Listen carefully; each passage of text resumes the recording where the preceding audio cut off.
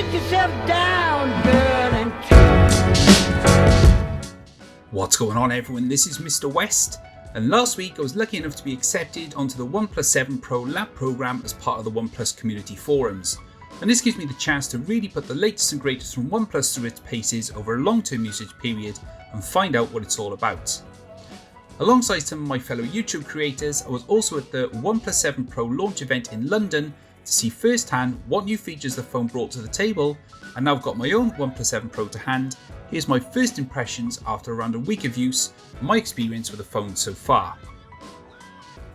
So starting with the design, and whilst from the back this is unmistakably a OnePlus handset, it's around the front that we see the biggest change.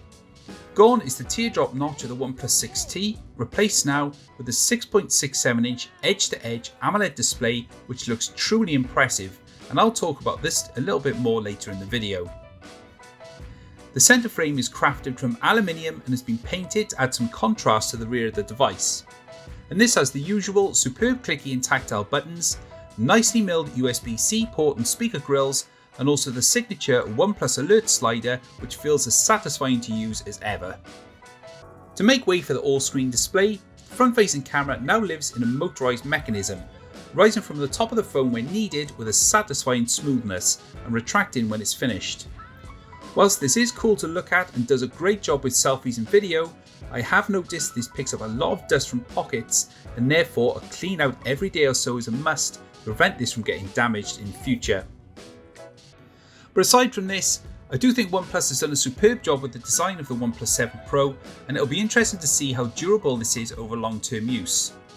If you are concerned over durability, OnePlus once again has a superb range of official cases with colours and styles to suit everyone and to help keep your phone looking pristine and stylish at the same time.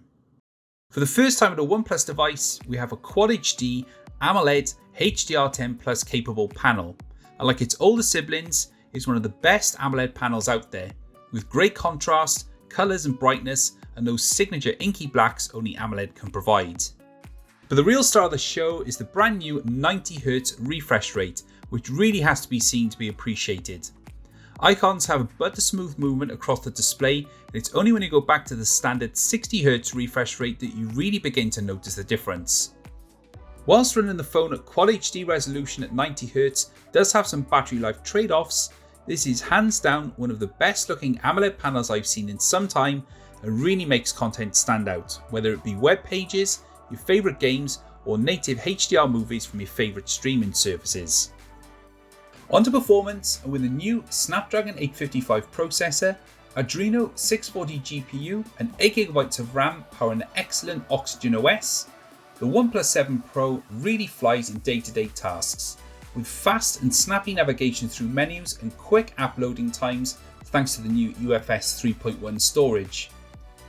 Whilst this is something we've now come to expect from a OnePlus device, the OnePlus 7 Pro really feels like a top-drawer product, and even under heavy load still maintains great composure. There is one area I haven't been so impressed by, its battery life.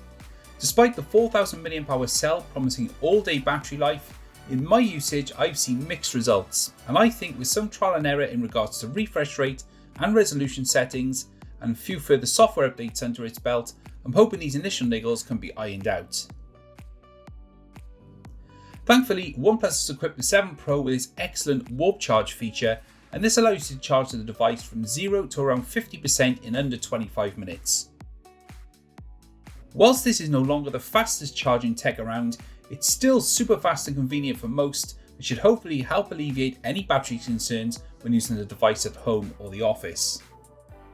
So last I wanted to talk about the cameras, and with a new 48MP main camera, 16MP ultra wide angle, and 8MP telephoto lens setup, the OnePlus 7 Pro could potentially be a real sharp shooter. While some have received software updates which improve the camera new from the box, the images can appear soft and have some spotty focus issues which spoil the overall look of the photo. Video is actually very good, with super smooth electronic image stabilization and good image clarity, but I'll save this for the ultimate video test which will be coming soon on the channel. So that's my initial impressions of the OnePlus 7 Pro so far, and in my opinion this has the potential to be something really great indeed. Whilst I love the general day-to-day performance, the awesome looks and comfortable in-hand feel, there are some things which need to be ironed out, namely camera and battery life, and I'm hoping OnePlus can push out some updates soon to really show us the full potential of this excellent device. If you've got any questions about anything you've seen in this video, then please let me know in the comments and I'll get back to you as soon as possible. And if you're new here, then please consider subscribing so you don't miss more OnePlus 7 Pro content coming very soon. But for now, this has been my first impressions of the OnePlus 7 Pro. My name's Mr. West, and I will catch you guys later.